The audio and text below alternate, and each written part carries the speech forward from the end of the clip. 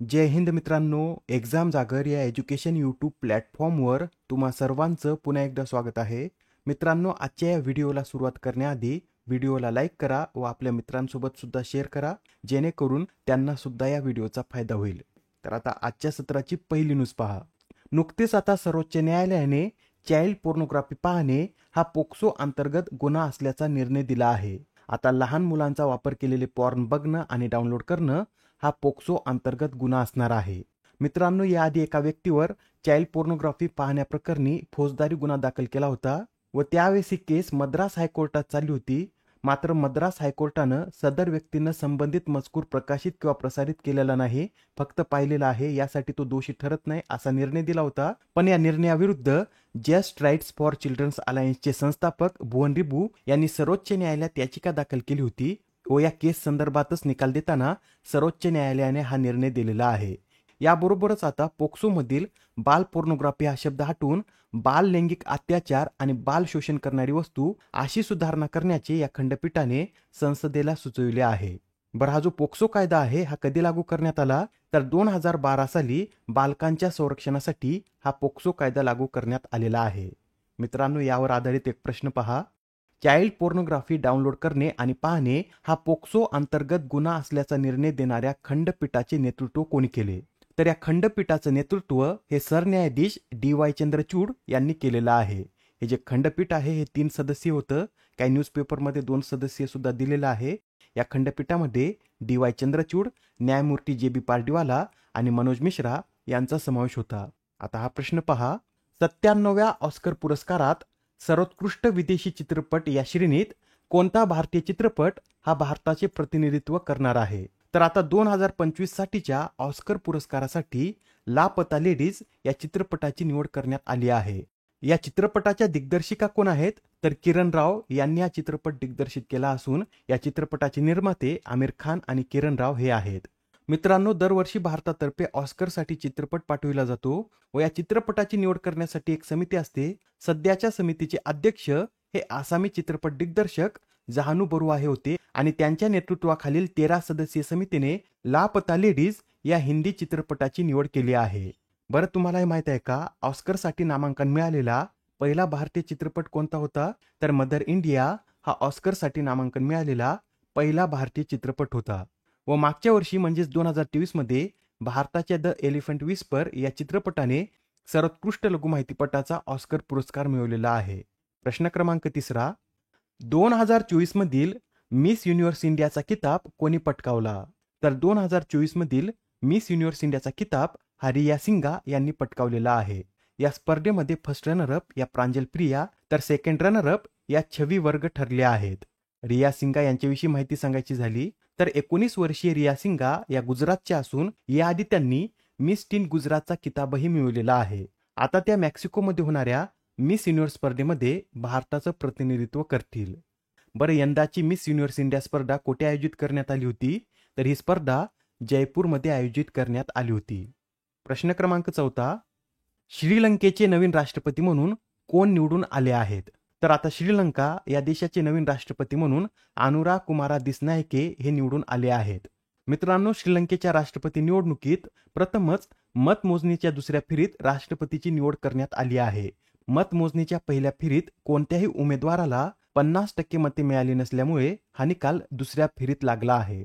एक्झाममध्ये आपल्याला असं विचारलं जाऊ शकतं की अनुरा कुमारा दिसनायके हे श्रीलंकेचे कितवे राष्ट्रपती आहेत? तर अनुरा कुमारा दिसनायके हे श्रीलंकेचे एकूण 90वे राष्ट्रपती आहेत. यासहच हे सुद्धा नोट करून घ्या, अनुरा दिसनायके हे नॅशनल पीपल्स पॉवर या पक्षाचे नेते आहेत. येथे आता श्रीलंकेचा उल्लेख आला आहे तर भारत आणि श्रीलंका या 2 देशांना कोणता आखात विलग करतं? तर भारत आणि श्रीलंका या 2 देशांना मन्नारचे आखात विलग करतं आणि या दोन्ही देशांमध्ये पालची समुद्र धोनी देखील आहे. लक्षात ठेवा, एक्झाममध्ये बऱ्याच वेळा यावर सुद्धा प्रश्न विचारण्यात येतो. नेक्स्ट क्वेश्चन पहा. अलीकडेच पंतप्रधान मोदी यांनी कोणत्या देशात 2 नवीन वाणिज्य दूतावास उघडण्याची घोषणा केली? तर आता पंतप्रधान नरेंद्र मोदी यांनी अमेरिका या देशामध्ये 2 नवीन वाणिज्य दूतावास उघडण्याची घोषणा केली आहे.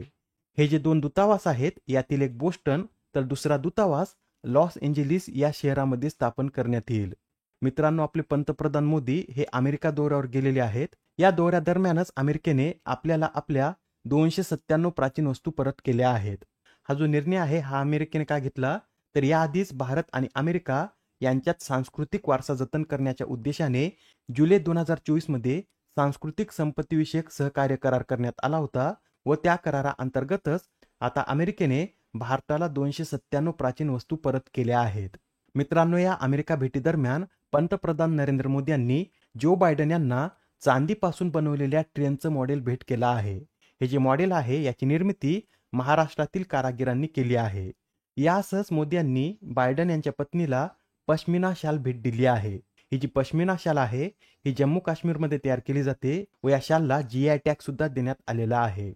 आता हा प्रश्न पहा, कोणता देश हा जगातील पहिला कुष्ठरोग मुक्त देश ठरला आहे? अत्यंत महत्त्वाचा प्रश्न आहे. येणाऱ्या एक्झाममध्ये हा प्रश्न विचारला जाऊ शकतो. तर लक्षात ठेवा, जॉर्डन हा देश जगातील पहिला कुष्ठरोग मुक्त देश ठरला आहे.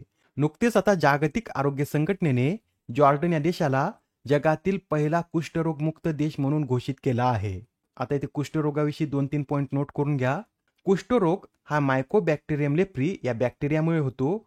हा एक दुर्लक्षित उष्णकटिबंधीय रोग आहे व या रोगाच्या उपचारासाठी डॅप्सोन, रिफाम्पिसिन आणि क्लोपाझिमिन या औषधाचा उपयोग केला जातो.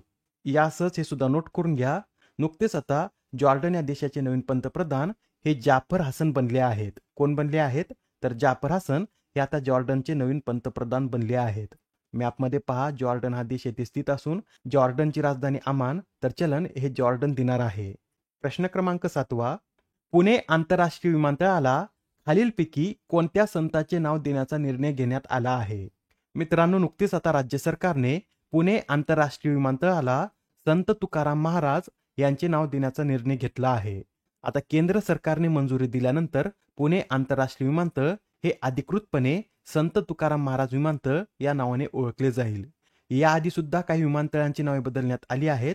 यामध्ये अयोध्या विमानतळाचं नाव महर्षी वाल्मिकी विमानतळ, चंदीगड विमानतळाचं नाव शहीद भगतसिंग विमानतळ, कोल्हापूर विमानतळाचं नाव राजाराम महाराज विमानतळ, तर इंफाळ विमानतळाचं नाव बीर टिकेंद्रजीत आंतरराष्ट्रीय विमानतळ असं करण्यात आलं आहे. नेक्स्ट क्वेश्चन पहा, भारतीय रायफल संघटनेचे नवे अध्यक्ष म्हणून कोण निवडून आले आहेत? तर आता भारतीय रायफल संघटनेचे नवे अध्यक्ष म्हणून कलिकेश सिंहदेव हे निवडून आले आहेत. हे जे पद आहे हे पद मागच्या 1 वर्षापासून रिक्त होतं. याआधी रणिंदर या पदावर कार्यरत होते, पण क्रीडा मंत्रालयाने राष्ट्रीय क्रीडा महासंघाचा कोणताही अधिकारी राष्ट्रीय क्रीडा संहितेनुसार 12 वर्षापेक्षा जास्त काळ या पदावर राहू शकत नाही असा निर्णय दिल्यानंतर रणिंदर यांना या पदावरून राजीनामा द्यावा लागला होता व आता कलिकेश सिंहदेव यांची नियुक्ती या पदावर करण्यात आली आहे. आता हा प्रश्न पहा, अलीकडे चर्चेत असलेली दुलीप करंडक स्पर्धा ही कोणत्या खेळाशी संबंधित आहे? तर ही जी दुलीप करंडक स्पर्धा आहे ही क्रिकेट या खेळाशी संबंधित आहे. सध्या ही स्पर्धा चर्चेमध्ये का आली? तर नुकतेच आता भारत अ संघाने भारत क संघाला हरवून या स्पर्धेचं विजेतेपद पटकावलं आहे. ही जी दुलीप करंडक स्पर्धा आहे या स्पर्धेला हे नाव कुमार श्री दुलीप सिंहजी यांच्या नावावरून देण्यात आलं आहे. या स्पर्धेची पहिली आवृत्ती 1961-62 मध्ये आयोजित करण्यात आली होती. प्रश्न क्रमांक 10, कोणाच्या स्मरणार्थ दरवर्षी भारतामध्ये अंत्योदय दिवस साजरा केला जातो? तर हा जो अंत्योदय दिवस आहे हा दरवर्षी पंडित दीनदयाल उपाध्याय यांच्या स्मरणार्थ साजरा केला जातो. हा दिवस साजरा करण्याची घोषणा 25 सप्टेंबर 2014 रोजी पंतप्रधान मोदी यांनी केली होती. तेव्हापासून 25 सप्टेंबर हा दिवस दरवर्षी अंत्योदय दिवस म्हणून साजरा केला जात आहे. हा जो अंत्योदय शब्द आहे हा पंडित दीनदयाल उपाध्याय यांनीच दिला होता. प्रश्न क्रमांक 11, तुतीकोरीन आंतरराष्ट्रीय कंटेनर टर्मिनल हे कोणत्या राज्यात स्थापन करण्यात आले? या प्रश्नाचं योग्य उत्तर आहे पर्याय क्रमांक 3, म्हणजेच या तुतीकोरीन आंतरराष्ट्रीय कंटेनर टर्मिनलची निर्मिती तामिळनाडू या राज्यामध्ये करण्यात आलेली आहे व याचं उद्घाटन पंतप्रधान मोदी यांच्या हस्ते करण्यात आलं आहे. या टर्मिनलचं वैशिष्ट्य म्हणजे यातील 40% कर्मचारी हा महिला वर्ग आहे. प्रश्न क्रमांक 12, national anti doping agency India inclusion कॉन्क्लेव्हची दुसरी आवृत्ती कोठे आयोजित करण्यात आली? तर या national anti doping agency India inclusion कॉन्क्लेव्हची दुसरी आवृत्ती नवी दिल्लीमध्ये आयोजित करण्यात आली होती. यासच हे सुद्धा नोट करून घ्या, 5व्या नदी उत्सवाचं आयोजन नवी दिल्लीत करण्यात आलं होतं व या उत्सवाची थीम काय होती? तर rivers in rivers making of a lifeline आशिया 5व्या नदी उत्सवाची थीम होती. मित्रांनो, दरवर्षी जागतिक नदी दिवस कधी साजरा केला जातो? तर सप्टेंबर महिन्याच्या 4थ्या रविवारी हा जागतिक नदी दिवस साजरा केला जातो. यंदा हा जागतिक नदी दिवस 22 सप्टेंबर रोजी साजरा करण्यात आला आहे. यावेळेस या दिनाची थीम काय होती? तर वॉटरवेज ऑफ लाईफ अशी या दिनाची थीम होती. आजच्या सत्रामधील शेवटचा प्रश्न पहा. मिस इंडिया वर्ल्ड वाईड 2024 विजेतेपद कोणी पटकावले? या प्रश्नाचं योग्य उत्तर आहे पर्याय क्रमांक 4 म्हणजेच ध्रुवी पटेल यांनी या स्पर्धेचं विजेतेपद पटकावलं आहे.